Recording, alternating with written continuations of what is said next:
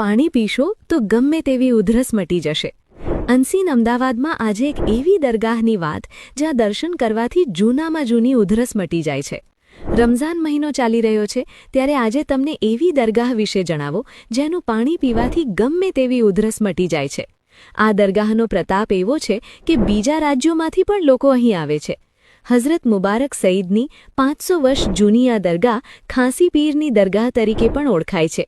લોકો અહીં ખાંસીથી છૂટવા 5 ગુરુવાર ભરવાની માનતા રાખે છે।